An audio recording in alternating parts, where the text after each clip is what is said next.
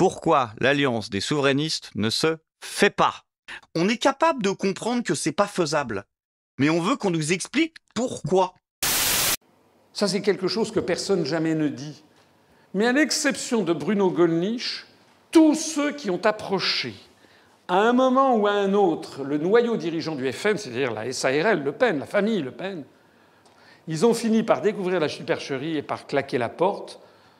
Et la liste est longue. Olivier d'Ormesson, ancien député FN de 1986, qui a claqué la porte. François Bachelot, médecin, ancien député FN, qui a claqué la porte. Martial Bild, l'ancien conseiller régional du Front National, qui a claqué la porte du Front National. Jean-Marie Le Chevalier, ancien maire de Toulon, qui a claqué la porte du Front National. Laurent Ozon, qui a claqué le pan du Front National. Martine Lehideux, qui a claqué la porte du Front National. Elle a créé son propre groupe au Conseil général. Marie-France Stirbois. Donc il n'y a que Bruno Gollnisch, qui d'ailleurs a expliqué pourquoi. Il a dit « parce que je suis député européen à vie ». Donc il gagne en gros 15 000 € par mois net d'impôts. Jusqu'à 90 ans, ben donc c'est bien. Ben voilà. Vous verrez ce qui arrivera à M. Philippot, à M. Choprade. Vous verrez ce qui leur arrivera dans les années qui viennent. On veut faire un référendum sur cette question-là, que ce soit les Français qui aient le choix. Comment, malgré tout, faire la différence? Il y aura d'autres candidats qui prônent cette sortie de l'euro, même si vous parlez de référendum. Je pense à Nicolas Dupont-Aignan, à François Asselineau. Comment faire la différence? Bon, écoutez, le problème ne se pose pas à ce niveau-là. Nous débattrons avec tous les candidats. Mais vous savez, les Français savent que si on veut un projet patriote, il y a un seul vote utile et efficace et entendu et qui est capable d'être au second tour et de l'emporter, qui est celui de Marine Le Pen.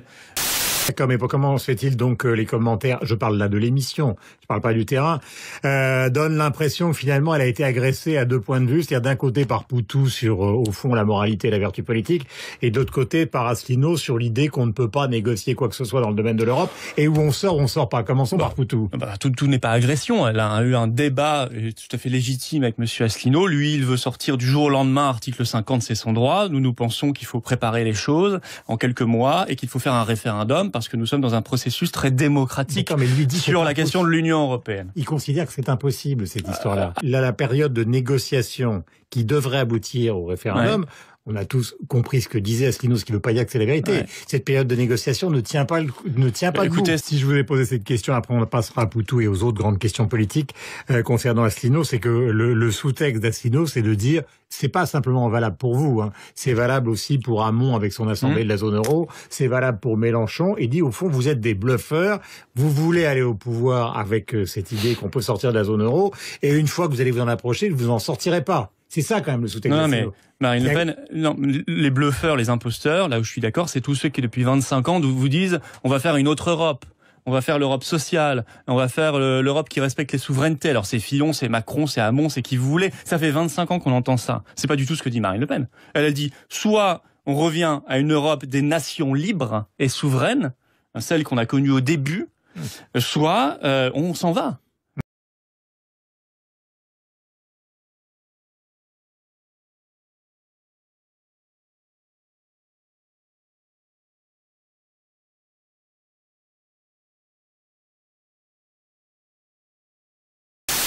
Pensez-vous que si Philippot quittait le Front National, il pourrait avoir sa place à l'UPR?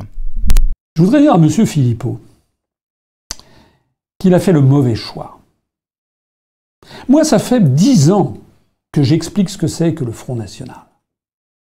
Le Front National, c'est une principauté héréditaire donnée en apanage au seigneur Le Pen de la Trinité-sur-Mer, et que l'on hérite de père en fille, de fille en petite fille, en cousin, etc. Ça s'appelle le népotisme, c'est une principauté monégasque. Alors maintenant, qu'est-ce qui va se passer? Je pense que monsieur Philippot va s'en aller, sans doute. S'il a une once de dignité, je ne sais pas. De toute façon, la seule possibilité qu'il ait, c'est de passer sous les fourches caudines et d'avaler son chapeau, c'est plus des couleuvres, là. Il va ouvrir un muséum d'histoire naturelle, tellement il va avaler de couleuvres, pour être en voie de gollnichisation, c'est-à-dire comme ça, il aura son poste de député européen jusqu'à la retraite, et puis il ferme ça, et voilà, il la ferme. Voilà. Est-ce que c'est ça qu'il va faire? Je n'en sais rien. Je pense que j'ai quand même me semble-t-il, j'ai une plus haute idée de M. Philippot, qui a des qualités. J'espère qu'il va quand même en tirer les conséquences et qu'il va s'en aller.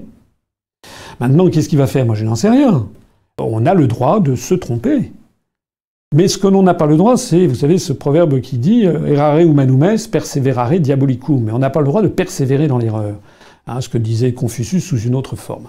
Donc, il faut, si M. Philippot, si les gens qui sont avec lui, ont mené la réflexion jusqu'au bout, c'est-à-dire ils sont arrivés à la même conclusion que celle à laquelle, excusez-moi, je suis arrivé, moi, il y a plus de 10 ans. C'est-à-dire que ce qui fait grief, c'est l'indépendance et la souveraineté nationale. C'est-à-dire que on ne résoudra rien tant qu'on restera dans l'Union européenne et dans l'euro. Si monsieur Philippot est honnête intellectuellement, et j'ai bon espoir qu'il le soit, l'impression qu'il me donne, si les gens qui sont avec lui sont honnêtes, ils devraient se dire qu'en fait, c'est l'UPR qui avait raison. Il n'y a pas de honte à dire que c'est quelqu'un d'autre qui avait raison. Et si eux, ou des gens de chez Mélenchon, ou des gens de chez Dupont-Aignan, ou des gens du PS, ou des gens de l'extrême gauche, de n'importe qui, se disent finalement, la situation elle est trop grave, il faut qu'on se rassemble parce que nous sommes tous Français, eh bien ils seront les bienvenus, bien entendu, à l'Union populaire républicaine. Enfin, je vois pas pourquoi on refuserait quelqu'un à partir du moment où il prend évidemment l'engagement de respecter notre charte. Évidemment. La situation, elle est vraiment trop grave. Elle est trop grave, il faut qu'on se rassemble, et qu'on se rassemble pas derrière un mauvais berger, pas derrière quelqu'un qui nous dit, voilà, on va faire à droite tout, ou on va faire à gauche tout. Parce que le vrai sujet de l'heure, c'est pas la gauche, c'est pas la droite, le vrai sujet de l'heure, c'est la France qui est en train d'être détruite.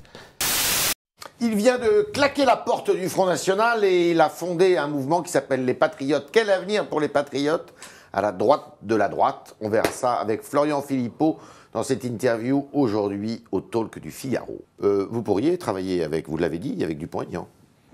Oui, on peut. Vous lui tendez la main. On peut travailler François ensemble. Asselineau, le plus anti-européen de tous ceux qui a parlé pendant la campagne présidentielle. Moi, je tends la main à tous les souverainistes. François Asselineau, vous lui tendez la main?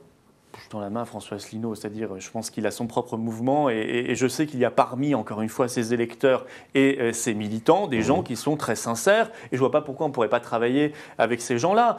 Et les patriotes sont extrêmement clairs sur le Frexit, sur la sortie de la France de l'Union européenne. Ils sont les seuls d'ailleurs à dire cela. Mais... Nous serons très très clairs, nous serons la liste qui portera le Frexit. À tous ces partis politiques en France qui sont anti-immigration, suivez mon regard, et qui refusent maintenant de quitter l'Union européenne. Donc en fait, nommez-les. Le Front National ou Debout la France. Et donc ne se donne aucune chance. Mais M. Wauquiez est dans la même situation, ne se donne aucune chance de régler le problème. Alors ils font de l'esbrouf, on parle, on fait de la surenchère verbale, quitte parfois à dire n'importe quoi, mais dans les faits, aucune efficacité. Là, vous êtes déjà dans la campagne des élections européennes. Non, bon. Alors, François Asselineau, Florian Philippot sur une même liste aux européennes? Non mais d'abord, moi je répondrai à vos questions lorsqu'on m'expliquera pourquoi M. Philippot a créé un parti. L'autre liste pour le Frexit, c'est celle de François Asselineau. Moi, j'aimerais que vous m'expliquiez en quoi vous êtes différent. Notre différence, nous avons des convictions qui peuvent être différentes. Moi, je pense qu'il faut être très clair, par exemple, sur l'immigration. Je pense qu'il faut la baisser fortement. Vous avez tendu la main mardi à François Asselineau en lui disant « faisons liste commune ». Ce serait extraordinairement dommage qu'on passe à côté de cette occasion. Il ne faut pas partir divisé. Malgré nos divergences. C'est une question financière aussi. Non, mais malgré nos divergences, parce que moi, je suis très clair sur l'immigration. Je pense qu'il faut la baisser fortement. Le problème de M. Philippot, c'est que c'est la tunique de Nessus. Il a été au Front National, il est considéré par 98% des Français comme quelqu'un d'extrême droite. Et c'est assez normal puisqu'il a été à la tête de ce mouvement politique. Il y a beaucoup de gens qui verraient d'un très mauvais œil que M. Philippot vienne. Mais le pire, c'est que M. Philippot, ça n'est pas ce qu'il a fait. Il a créé un parti. Il a siphonné, il s'est inspiré, il a fait un copier-coller de 90% de ce que je dis. Pas de tout, c'est vrai. Il ne propose pas la sortie de l'OTAN, par exemple. Il propose la sortie du commandement militaire intégré. Et puis, fort de ce larcin, si vous voulez, il essaie d'ouvrir sa boutique.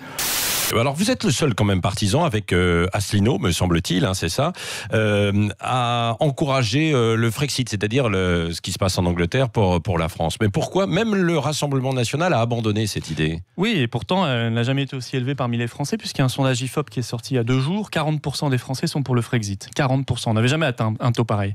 Et oui, c'est vrai qu'on est, en ayant des députés sortants, nous sommes les seuls, aux Patriotes, à défendre effectivement le Frexit, c'est-à-dire la sortie de la France de l'Union européenne. Le Rassemblement national a abandonné complètement cette idée, veut rester dans l'Union européenne, veut rester dans l'euro et donc veut rester dans Schengen au passage, pour ceux qui s'intéressent et qui votent pour eux sur des questions migratoires. Nous aurons une liste. Nous aurons une liste. Oui, nous aurons une liste aux élections européennes. Je l'amènerai.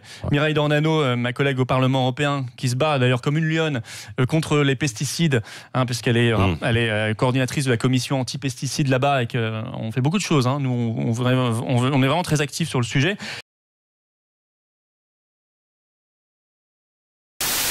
L'invité de Paris Direct est ce matin Florian Philippot. Bonjour. Bonjour. Merci d'être avec nous. Vous êtes le président et fondateur du parti Les Patriotes, tête de liste Les Patriotes pour les élections européennes du 26 mai, ancien bras droit de Marine Le Pen. Au bout d'un moment, on se rend compte que c'est l'argent des contribuables français qui part en pure perte pour aller organiser en plus une concurrence déloyale, généralement en Europe oui, mais de l'Est. Vous êtes vous-même J'ajoute député quand même européen, qu'il n'y a pas... Vous êtes vous-même député européen. Ah, mais je ne suis pas là pour représenter l'Union européenne, moi. Oui, mais je suis là pour vous êtes vous-même député européen. européen et ce n'est pas une insulte que vous faites par rapport à l'Europe de faire ça en tant que député européen. Je ne suis pas fonctionnaire européen. Je n'ai aucune allégeance mais à vous faire avez été élu, à vous l'Union. êtes député européen, vous cherchez à être élu. J'ai été élu sur la sortie de l'Union européenne.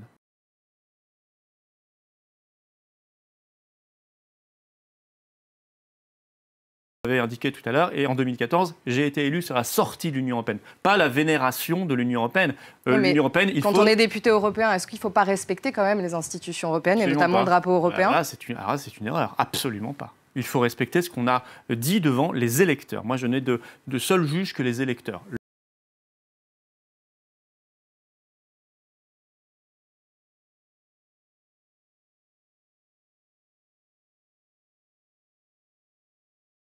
Je voudrais revenir sur un petit incident parce que j'ai vu que ça a ému quelques personnes. On m'a traité de menteur, etc. Parce que la semaine dernière, on m'avait interrogé sur la procédure judiciaire lancée contre Mme von der Leyen. En fait, j'avais rencontré l'avocat de M. Baldan qui, justement, a intenté en Belgique la procédure contre Mme von der Leyen. Et donc j'avais dîné, en effet, mais ça n'est pas avec le monsieur en question, c'est avec Madame Diane Prota, qui est avocate et qui est justement son avocate.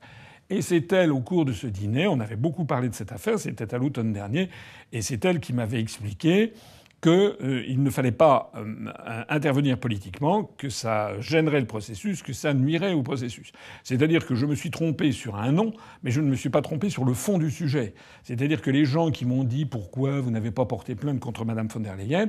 sont des gens qui tout simplement ne savent pas que c'est ce que l'on m'avait demandé, ce que le plaignant lui-même et son avocate m'avaient demandé.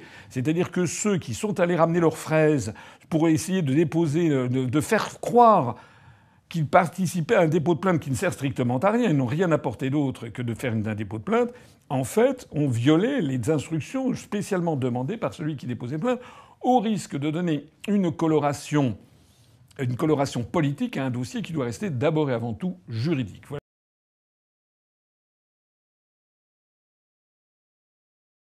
Je tiens toujours, moi, à essayer de faire le bilan de ce que je dis. Voilà, je ne dis pas n'importe quoi. Vous pouvez aller voir tout ce que j'ai pu dire depuis 17 ans. Et on ne m'a jamais mis, je crois, dans des positions totalement contraires.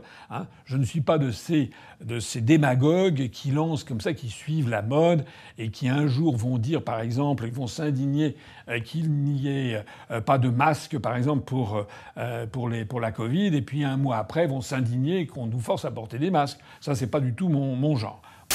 J'ai entendu ce soir, comme tous les soirs, le bilan de Salomon sur le bilan du nombre de personnes contaminées, etc. On a quand même 365 morts en plus en une journée en France, dont une adolescente de 16 ans. Et je me dis quand même, tout ça parce qu'on n'a pas de masque et parce qu'on n'a pas de frontières, en fait. Et je voudrais savoir non seulement quel traitement, mais selon quel délai on aura des résultats. Parce qu'il est évident qu'on est en situation de guerre, comme l'a dit le président de la République, de crise sanitaire aiguë. Le masque, d'abord, il faut dire que c'est sûrement un élément central dans la gestion d'une crise sanitaire, d'une épidémie. Il suffit de voir les pays d'Asie du Sud-Est qui s'en sont bien sortis. C'est une stratégie fondée sur le masque. Masque obligatoire pour tous, bien sûr. Normalement, le préfet de police, c'est une des principales figures de l'État et du ministère de l'Intérieur. Il doit avoir des propos clairs et nets sur le respect de la loi. Il est là pour ça, bien sûr. Faire respecter les règles, sévir quand il le faut, y compris sur le confinement. Ça, c'est certain.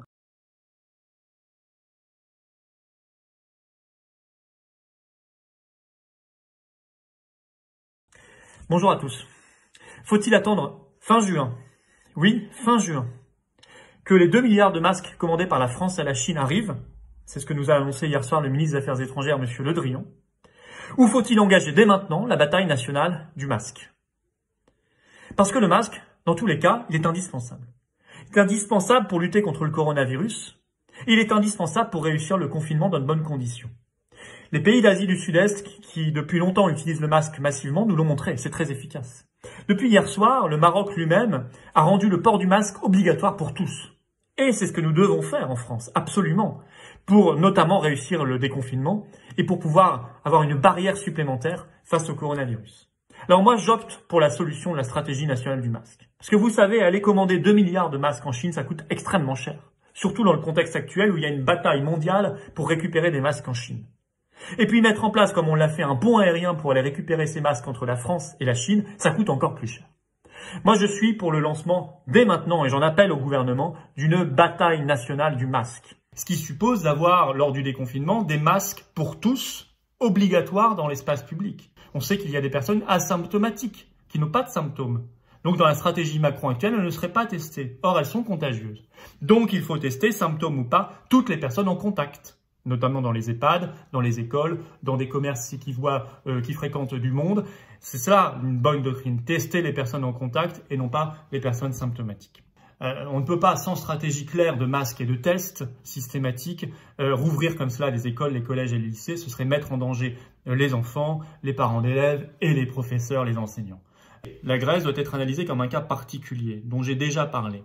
La Grèce, sachant que son système sanitaire et hospitalier avait été détruit par 10 ans d'austérité imposée par la Troïka et l'Union européenne dans les années 2010, a anticipé formidablement cette crise et beaucoup plus tôt que les autres a imposé un confinement strict et des mesures extrêmement sévères, alors qu'il me semble moi évident qu'il faudrait rendre le masque obligatoire pour tous, y compris dans la rue et en particulier par exemple dans les transports publics. Y aura-t-il des masques pour tous, élèves comme enseignants, des masques obligatoires ou pas? Là aussi, pas de réponse. Moi, je vous dis ce que j'en pense. Je pense que tant que nous n'avons pas les masques et les tests suffisants, il ne faut pas rouvrir les écoles, les collèges et les lycées et qu'il ne faut pas y envoyer les enfants. Le gouvernement feint d'avoir une influence par son pass sanitaire, par ses mesures, le masque à l'école, etc. En réalité, vous allez en Suède où il n'y a jamais eu ça. Il n'y a jamais eu le moindre confinement, le moindre masque obligatoire, le moindre pass sanitaire. Il n'y a pas l'obsession vaccinale, etc.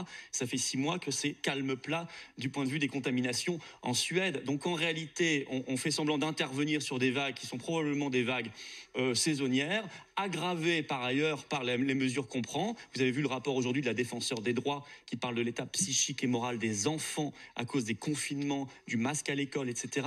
Vous avez vu la vague de dépression que nous avons créée dans notre pays, la dépression économique également. Bref, nous avons mis en place un système fou, liberticide, qui est sans cesse aggravé. Et le gouvernement nous fait croire que ce sont ces mesures qui gèrent les vagues. En réalité, c'est le temps.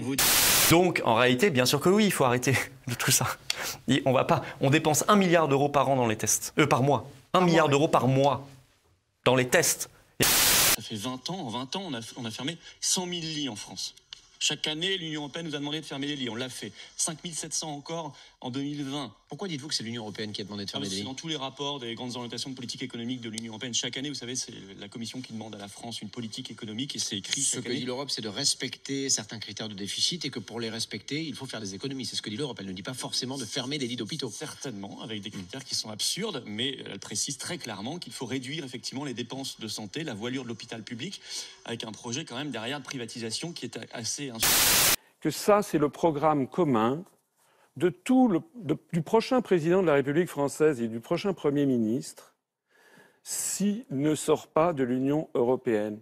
C'est le rapport des grandes orientations de politique économique que publie la Commission européenne chaque année et qui fixe chaque année ce que doit être la politique économique et sociale de la France. Par exemple, ce qui est demandé, c'est la hausse de la TVA, c'est la baisse de l'impôt sur les grandes sociétés, c'est le gel du SMIC, c'est la mise en pièces de toutes les professions réglementées, les artisans taxis, les médecins, les avocats, les huissiers, les notaires, etc., qui vont tous se faire ubériser. C'est la réforme du droit du travail avec la baisse de l'assurance chômage. C'est le déremboursement de la sécurité sociale avec une médecine à 2 vitesses. Et bien ça, moi je fais ça. Voilà ce que je propose aux Français de faire. Moi je veux sortir de ça. Est-ce que, parce que c'est parfois ce que l'on entend de vous dernièrement, est-ce que vous vous considérez, vous, comme un complotiste? Alors vous savez, c'était marrant parce qu'on m'a dit sur un plateau en décembre 2020, complotiste. Qu'est-ce qui vous distingue de François Asselineau? François Asselineau, hein, c'est bien ça. Dont on voit la tête partout dans Paris. Qui est donc souverainiste, il faut rappeler, président de l'UPR. Ancien fonctionnaire, enfin toujours haut fonctionnaire, mais... Ce qui nous distingue... Qui tient à peu près le même discours que vous sur l'Union européenne. Vous parlez des complots, moi je ne vois pas... J'ai l'impression qu'il aime bien les complots aussi. Pourquoi l'alliance des souverainistes ne se fait pas? On est capable de comprendre que c'est pas faisable, mais on veut qu'on nous explique pourquoi. Il y a des choses à dire qui sont à la fois de nature personnelle... Et d'autres politiques. Et d'autres de nature politique. Commençons par le politique. On peut commencer par le politique. Vous avez peut-être noté ce qui s'est passé à l'Assemblée nationale il y a quelques jours. Il y a eu 2 motions de censure qui ont été présentées. Il y en a une qui a été présentée par un mouvement petit qui a obtenu 278 voix. Et l'autre présentée par le Rassemblement national qui a obtenu 84 voix. Ça veut dire quoi? Ça veut dire que M. Charles de Courson a refusé de faire des alliances. Il a proposé quelque chose acceptable par toutes les parties. Et si M. Charles de Courson avait fait une alliance avec le Rassemblement national, vous auriez toute la NUPES qui aurait refusé de voter sa motion, et sa motion a fait 84. C'est fondamental ce que je dis. C'est-à-dire que pour rassembler les Français, il faut leur faire une offre politique au-dessus du clivage droite-gauche. Tout à fait. Nous reviendrons sur les questions de personnes, mais sur les questions politiques. Des gens qui me disent qu'il faut faire alliance avec M. Philippot. Prenons Philippot, parce que là, pour le coup, il est le seul qui veut sortir Europe, affiché. Voilà. Monsieur... On n'enlève pas ça. Non, c'est un fait. Je suis d'accord. Enfin, c'est pas Marine Le Pen. Non, je suis d'accord. Mais que cela plaise ou plaise pas à Florian Philippot, il aura beau vociférer, dire que c'est pas vrai, etc. Il est considéré par 99% de la population comme un homme d'extrême droite. Parce qu'il a été pendant 8 ans vice-président du FN. Il a été l'homme le plus médiatisé de France en 2016-2017. Et d'ailleurs, il continue. Il y a eu la galette des rois organisée par comment ça s'appelle, Boulevard Voltaire, là, qui est un site très très très à droite, où on a vu dans les médias qu'il avait rencontré Zemmour. Il avait dit qu'il était globalement d'accord avec Zemmour. Et il a rencontré Jean-Marie Le Pen. Jean-Marie Le Pen lui a dit finalement vous avez quitté le Front National, maintenant vous êtes beaucoup plus à droite que Marine, etc. Il s'est rapproché également de Marion Maréchal Le Pen. Ce sont des faits, hein. Je veux dire, allez regarder les faits. Bon. Donc c'est un problème de manque de déplacement, de dépassement de clivage. Donc ça veut dire que M. Philippot, il est marqué à l'extrême droite. Auparavant, je voulais juste qu'on parle un peu de politique politicienne, parce que voilà, c'est vrai que ça fait partie aussi à quelques jours des élections. Et c'est Florian Philippot, qui est le président des Patriotes, et qui hier a rejoint Nicolas Dupont-Aignan plutôt qu'Éric Zemmour. Et si je dis plutôt qu'Éric Zemmour, c'est que les Patriotes avaient voté, ses membres, et ils avaient choisi plutôt Éric Zemmour à 40,46% des voix. Faute de parrainage pour la présidentielle, vous avez rejoint Nicolas Dupont-Aignan. Est-ce que vous avez hésité à un moment à rejoindre à la place Éric Zemmour? On dit que vos adhérents, ils souhaitaient majoritairement soutenir Éric Zemmour. Alors pas majoritairement, mais on avait fait une consultation fin février et 2 candidats étaient arrivés en tête, Éric Zemmour et Nicolas Dupont-Aignan. Les autres étaient très loin derrière dans les choux, donc Vous avez 40 ans. Bon. Imaginez que vous ayez un jeune homme qui a 19 ans, s'appelle, Kevin Barbemolle, qui décide de créer un blog qui va l'appeler « Je suis mécontent », qui fait toutes ses vidéos avec l'info intéressante du jour et qui fait toutes ses vidéos en se mettant un bonnet orange sur la tête. Devant un mur en briques. Devant un mur en briques. Et qui fait des blagues, et dont vous découvrez au passage que 90% des blagues qu'il fait, c'est vous, il vous les a piquées. Ok.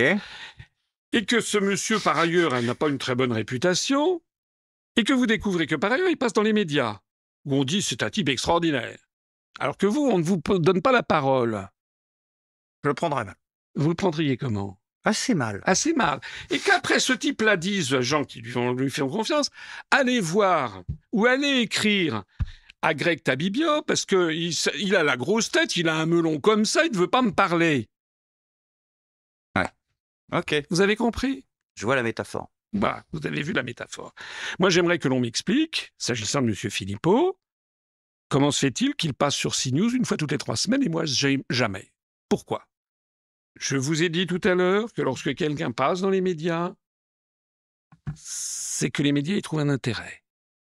Même mes pires adversaires ne peuvent pas nier que j'ai créé l'UPR le 25 mars 2007, que j'ai déposé les statuts à la préfecture de police de Paris, que c'est un parti qui a été créé, et c'est le premier en France, pour faire sortir la France de l'Union européenne, de l'euro et de l'OTAN. On va fêter les 16 ans.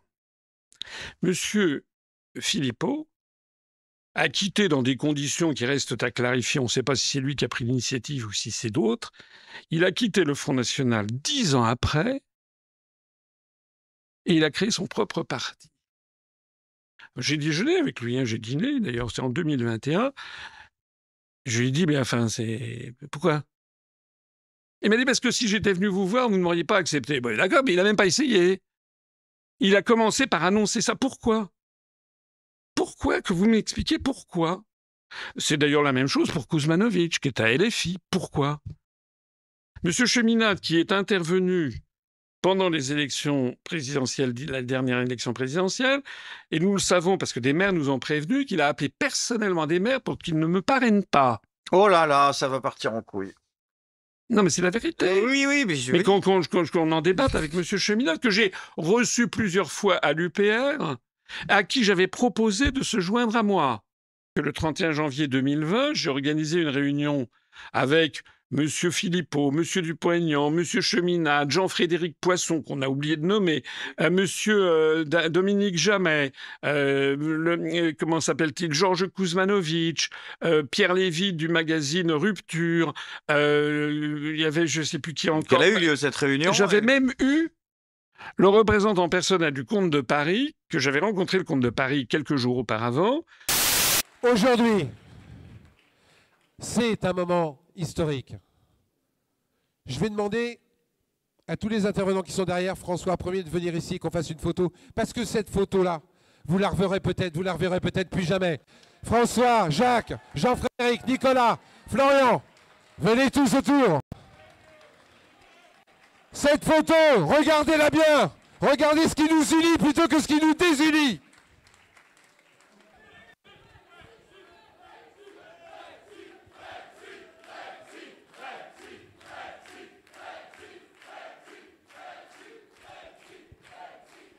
Alors, oui, je crois que c'est une photo rare. C'est que, en dépit de ce qui nous sépare, il y a quand même quelque chose qui nous rallie, qui est encore plus fort que tout. C'est l'amour et la liberté de la France. Et qu'est-ce qui s'est passé après? Il s'est passé que dans les jours qui ont suivi, pratiquement toutes les personnes que j'avais invitées ont chacune annoncé leur candidature à l'élection présidentielle. Qu'est-ce que je peux y faire? Je voudrais dire quand même 3 choses sur M. Philippot. La première, c'est qu'après avoir créé son parti politique en 2017, et ça tout le monde est au courant, hein, vous pouvez trouver ça sur Internet, il a été invité chez Bourdin, sur RMC, Jean-Jacques Bourdin. Moi, je suis pour le Brexit, je suis clair là-dessus, je suis pour la sortie de l'Union européenne. Vous êtes le seul. Bah, je suis Marine Le Pen. Je suis un peu le seul, oui. Enfin, dans la classe politique française, oui. Vous êtes le seul dans la classe politique française, oui. Que bon, appelez-vous quelqu'un comme M. Philippot qui, devant 3 millions de personnes, ose dire qu'il est le premier à créer un parti pour sortir de l'Union européenne et de l'euro et de l'OTAN, alors, pas de l'OTAN d'ailleurs, à l'époque il ne voulait pas sortir, alors que j'ai été candidat sur ce thème à l'élection présidentielle 6 mois avant. Vous appelez ça comment? Deuxième sujet sur M. Philippot. Je le vois à l'été 2021. Je lui dis, vous copiez tout. D'ailleurs, il était venu dans une fameuse réunion publique où il y avait Philippe Murer, où il y avait Jacques Millard, etc. Où il était venu derrière un pilier pour prendre des notes, même s'il dit que c'est pas vrai. C'est vrai, il y a eu des dizaines de témoins qui l'ont vu. Et vous savez ce qu'il me dit? Il me dit, non, on n'est pas d'accord sur tout. Je dis, ah bon, prenez un exemple. Il dit, l'OTAN. Je dis, ah bon? Et de fait, c'est vrai qu'il avait raison quand il m'a dit ça. Il dit, moi, je ne veux absolument pas sortir de l'OTAN, c'est une erreur majeure. Ah, je dis, bon, très bien. Aujourd'hui, il fait défiler des gens pour sortir de l'OTAN. Troisième sujet. Et là, tout le monde est au courant aussi. Moi, j'ai dit que nous avions 500 promesses de parrainage en 2022. On avait 500 promesses. Moi, je dis la vérité. Parce que c'est derrière des gens, des hommes, des femmes, etc., des militants qui vont chercher les parrainages. Et donc, ils ont besoin ils ont besoin d'être respectés quand même. Bon. On a eu des lettres anonymes, où derrière des lettres anonymes, on sait qu'il y a des gens qui étaient derrière, dont vous avez cité les noms. Je le sais, tout ça. Et monsieur, donc moi j'ai dit qu'on avait, au total on a eu 293 ou 296 parrainages, parce qu'il y a toujours environ 15%, ça on le savait, on savait déjà que 500 c'était pas assez, donc on perd 10-15%, pas seulement nous, hein, c'est tous les candidats dans le même seuil. Là 500 c'était déjà très très faible. Mais en plus de ça, on a eu des attaques ad hominem qui ont été faites par des personnes, pas seulement cheminades, hein. Toujours candidat, vous en êtes où des parrainages? J'arrive à 200 parrainages à peu près. 200 parrainages. Florent Philippot, sur Sud Radio, la campagne présidentielle sont aussi les parrainages. Vous en êtes où aujourd'hui? Je suis à près de 250 promesses.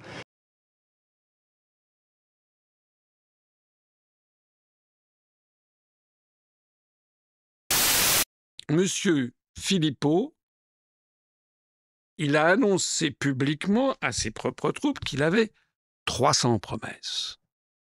Et nous, vous savez ce que c'est le problème que ça nous posait? C'est que nous, on avait des gens chez nous qui disaient « Ouais, on devrait faire alliance avec lui ». Donc nous, on était obligés de dire la vérité parce qu'on était sur le terrain. On savait qu'il ne cherchait pas ces parrainages. C'était faux. C'était un mensonge. Alors après ce fameux 12 juillet dernier où Emmanuel Macron a annoncé le pass sanitaire, vous avez, vous, de votre côté, quelques heures plus tard, annoncé votre candidature à la présidentielle. Où en êtes-vous aujourd'hui? Puisque tout le monde nous parle de cette difficulté, qui est réelle, à réunir les 500 parrainages pour pouvoir se présenter. Où en êtes-vous, vous, d'abord? Oh bah, si vous voulez, moi d'abord, je suis tous les samedis dans les manifs où on parle absolument pas de ma candidature à l'élection présidentielle. Même j'invite des concurrents, si vous voulez. Donc je suis pas. Alors je sais pas. Vous voyez, on me dit mais vous faites campagne. Bah, je suis ça très mauvais. Ça vous empêche pas de temps en temps d'être accusé de récupération? Mais ça qui est drôle, c'est vous faites campagne. J'ai peut-être pas choisi la bonne stratégie parce que je suis le seul candidat qui invite et qui donne la parole à mes concurrents. Ouais. Vous avez vu combien il y a eu de parrainage? Il en a eu un. Si vous avez eu 300 promesses, il ne pouvait pas avoir un parrainage. S'il y avait 300 promesses, même avec 10-15% en moins, ça lui faisait 250 parrainages. Alors, je suis désolé de vous décevoir, mais je pense que Philippot fait partie fait partie du projet, disons.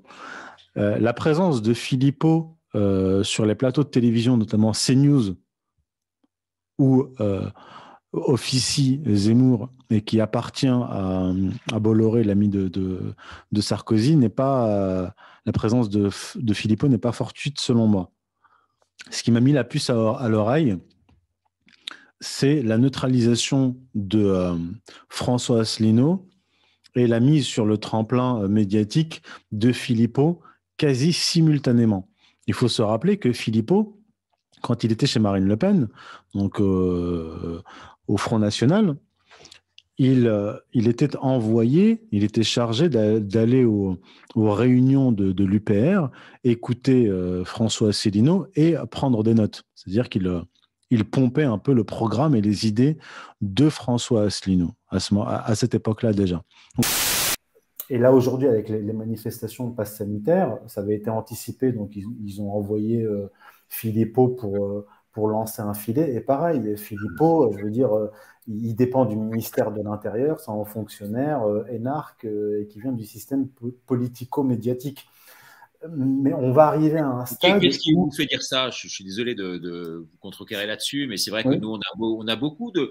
Philippot, il est quand même extrêmement populaire dans les manifestations. Ce sont ces manifestations qui marchent le mieux. Il faut forcer de le reconnaître. À Paris, je veux dire, moi, je suis pas du tout pro Philippot, mais c'est vrai que Philippot, quand même, depuis la première heure, il est là devant le ministère de la Santé, à haranguer Véran, en disant allez, si t'as des couilles, viens ici dans l'arène. Et on le voit quand même être là. Alors, il est certes, il y a deux choses moi qui me surprennent chez lui. Un, c'est qu'il ait autant accès au plateau de télévision, ça c'est vrai, notamment sur CNews et sur LCI. Et deux, c'est qu'il n'y a pas de police à ces manifestations. Alors que partout ailleurs, les Gilets jaunes, Salva va nous le confirmer, mais je veux dire, il y a plus de policiers que de manifestants. Donc là, c'est vrai qu'on est en droit de se poser quand même quelques questions en ce qui le concerne. Mais sinon, à part ça, c'est quelqu'un de courageux, quoi. Il met ses tripes sur la table, pour pas être trivial. Donc je vais répondre. Alors, il faut reprendre les choses chronologiquement. Quand Philippot a commencé à faire des manifestations, c'était fin 2020, il était rejoint par 200 personnes. Et il faut revenir en arrière. C'est que quand le confinement a commencé en France, Philippot faisait des vidéos pour demander au gouvernement d'aller beaucoup plus loin dans les restrictions. Il était opposé au gouvernement, pas parce qu'il imposait des restrictions, mais il était opposé au gouvernement parce qu'il n'allait pas suffisamment loin dans les restrictions. Les vidéos sont sorties, d'ailleurs, je les ai publiées sur Twitter. Ça, c'était en mars-avril. Or, nous, on avait déjà publié sur strategica.fr des études scientifiques traduites de l'anglais au français qui mettaient en évidence, on savait déjà que ce virus n'avait pas la dangerosité qu'on nous racontait dans les médias et au niveau gouvernemental. Donc, si nous, on avait ces informations-là, Philippot aussi les avait, parce que Philippot est quand même quelqu'un de très formé et qui se documente de façon systématique. Et puis, il s'est passé quelque chose. Vers fin 2020, il est devenu tout d'un coup anti-pass sanitaire. Il a eu l'autorisation de manifester à côté du ministère de la Santé, alors je crois qu'on était en plein confinement. Il le faisait sans masque et il n'a eu strictement aucun problème. Il n'y avait personne autour de lui. Alors pourquoi le pouvoir l'a laissé faire? Dès le mois de mars-avril, les services de renseignement annonçaient un déconfinement extrêmement violent. D'ailleurs, je l'avais rapporté dans mon article du 18 avril 2020 qui s'appelle « Coronavirus accélérateur historique ». Donc les services de renseignement le savaient. Et je pense que Philippot a été envoyé par anticipation de ce mouvement. Les services de renseignement le savaient. Ils savaient qu'après le déconfinement, il y aurait des manifestations massives.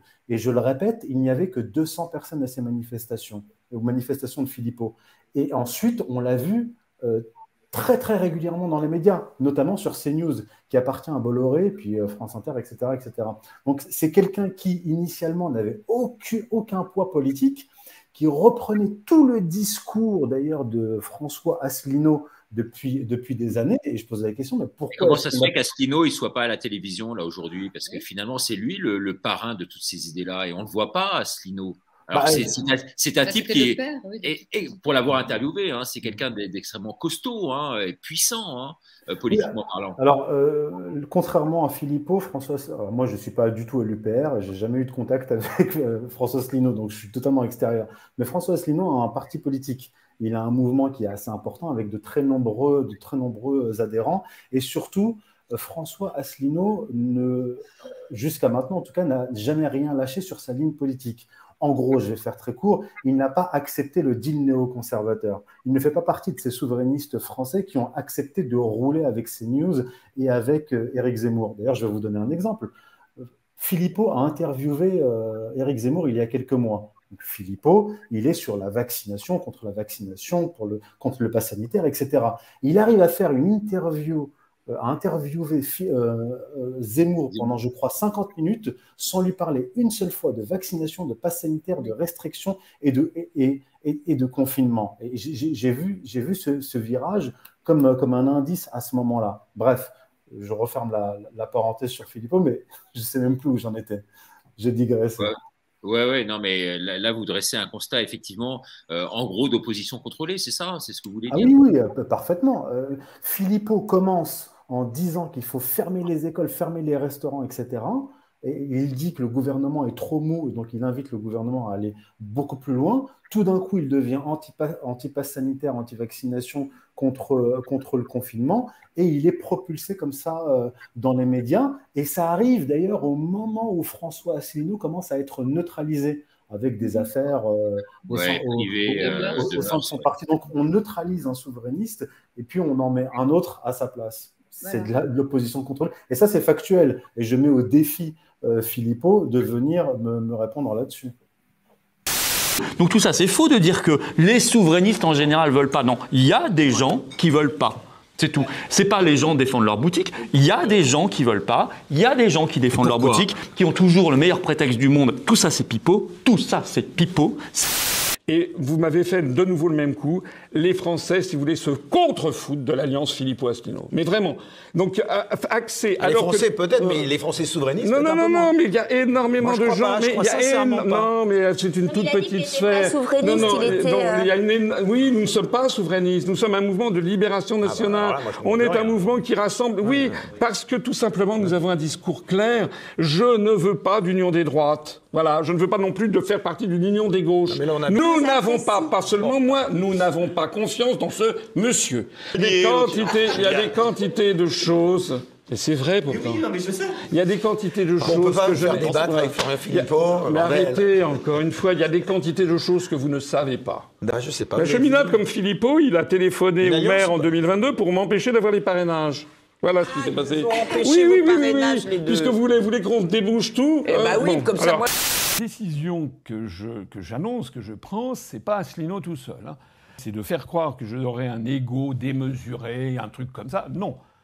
D'abord, toutes les personnes qui sont venues me voir, qui me voient dans les réunions publiques, peuvent constater que c'est tout le contraire. Je suis quelqu'un d'extrêmement abordable. J'écoute absolument tout le monde. Ça, c'est le premier point. Le deuxième point, c'est que je suis le porte-parole du bureau politique. Or, le bureau politique a été et est constamment averti des problèmes stratégiques de l'UPR. Il y a un problème absolument fondamental que les gens ne veulent pas voir et que je vais quand même redire ici, je l'ai dit lors de cette réunion. Le problème fondamental, c'est qu'on ne peut pas vouloir une chose et son contraire. On ne peut pas vouloir à la fois le Frexit, c'est-à-dire rassembler, comme ça a été le cas en 1943-44 avec le Conseil national de la résistance dont s'inspire l'UPR depuis le début. On ne peut pas vouloir rassembler tous les Français qui veulent recouvrer la souveraineté et l'indépendance de la France et par ailleurs prétendre faire l'union des droites. Ça, c'est impossible. Et pourquoi c'est impossible? Tout simplement parce que dans l'union des droites, les partisans du Frexit sont minoritaires. Voilà. Et ce que nous disons, et c'est vraiment un sujet fondamental, c'est que si on faisait alliance avec ce système d'union des droites, on est sûr d'être minorisé, qu'on n'y aura jamais le Frexit. Quand est-ce que les européistes ont été battus, en fait, au cours des 60 dernières années? Pas par des coalitions de droite ou des coalitions de gauche, non. Ils ont failli être battus lors du référendum de 1992 sur le traité de Maastricht, 51-49. Il s'en est fallu d'un cheveu pour que le traité de Maastricht soit rejeté. Le cheveu en question ayant d'ailleurs été apporté d'une part par Jacques Chirac qui avait appelé à voter oui, alors que son devoir en tant que représentant de la famille gaulienne eût été d'appeler à voter non. Et la deuxième personne qu'il ne faut jamais oublier, parce qu'on a tendance un peu à l'oublier, c'est Lutte ouvrière et Madame Arlette Laguiller, qui en 1988, c'est-à-dire 4 ans avant, avait dépassé les 5% à l'élection présidentielle et qui a appelé à l'abstention en 1988. Madame Laguiller, Lutte ouvrière, aurait appelé à voter non à Maastricht. Le traité de Maastricht était rejeté. Si aujourd'hui on a l'euro qui est en train de détruire l'industrie, de détruire l'agriculture, si on a le niveau de vie des Français qui dégringole, la paupérisation des plus pauvres, etc., c'est notamment à Madame Laguiller qu'on le doit, puisque au lieu d'appeler à voter non à Maastricht, elle s'était abstenue, ce qui a permis au traité de Maastricht d'être ratifié d'un cheveu. Ce sont des ouvriers qui ne gagnent pas beaucoup d'argent, qui voient leur niveau de vie dégringoler. Eh bien, quand on leur dit qu'il faut sortir de ce bins, vous avez l'extrême gauche de Madame Arthaud qui dit « c'est une diversion, concentrons-nous sur la révolution prolétarienne à venir ». Bon, Vous voyez l'arnaque aussi sur ce système. Donc, je reviens à mon propos. Si l'oligarchie a tremblé en 92 et l'oligarchie a été furieuse en 2005, parce qu'en 2005, cette fois-ci, le non l'a emporté. Et pourquoi le non l'a emporté au référendum? Parce qu'il y avait des gens de droite qui ont voté non et des gens de gauche qui ont voté non. Alors c'est extrêmement important à comprendre. C'est que pour que l'on triomphe un jour, il faut pouvoir rassembler les gens des deux côtés. C'est exactement la même situation à laquelle De Gaulle a été confronté en 1943 lorsqu'il a créé le Conseil national de la résistance. Lorsqu'il a créé le Conseil national de la résistance, De Gaulle n'a pas fait l'union des droites, avec les pétainistes, avec les je sais pas quoi, les croix de feu. Non, non, non. Il a fait l'union de tous les Français, qu'ils fussent de droite, d'extrême droite. Il avait demandé que la cagoule, par exemple, fasse partie des membres de la cagoule. C'était l'extrême droite locale, mais anti-allemande. Il y avait une extrême droite anti-nazie. Et il a fait alliance avec les communistes et avec les socialistes, avec tous ceux qui voulaient que la France se libère du joug allemand et que la France retrouve son indépendance nationale. C'est ça l'esprit de la résistance. Depuis 17 ans, j'ai voulu insuffler à l'UPR et c'est mentionné dans notre charte fondatrice. Tout le monde peut aller le voir. Donc, il est fondamental, mais absolument fondamental pour nous, que nous continuions sur cette ligne parce que nous avons des adhérents, des sympathisants, des militants qui viennent de droite et même de ce que l'on appelle l'extrême droite. On peut ergoter sur ce truc, mais des gens qui viennent du RN qui sont tout à fait déçus de constater que Bardella est devenu un agent des Amerlocs, ou bien même des gens de chez Zemmour qui sont également déçus de constater la même chose. Mais on a aussi des gens qui viennent de la gauche et qui viennent des anciens du Parti communiste et des socialistes, qui viennent chez nous. Et il y a une possibilité, en rassemblant les deux partis, d'arriver à la majorité. C'est pas pour rien qu'il a été décidé désormais de ne plus faire de référendum. Rappelez-vous ce qui avait été décidé, je crois que c'est Nicolas Sarkozy, plus de référendum sur l'Europe. Parce qu'ils savent que c'est la seule élection où il y a ce que les spécialistes appellent une fongibilité des électorats, où on peut, à partir du moment où il y a un référendum, c'est plus la droite et la gauche, c'est que c'est les Français qui s'expriment. Voilà. Et l'UPR, c'est une espèce de référendum permanent, c'est une espèce d'alliance qui permet de rassembler tous les Français d'où qu'ils viennent à l'UPR. Voilà la réalité de la situation. C'est la chose la plus importante. Pour le reste, tous les conflits que je peux avoir avec M. Philippot, nous aurons certainement l'occasion d'en faire un glossaire, parce que je suis plus que fatigué, que l'on essaye de personnaliser cette affaire,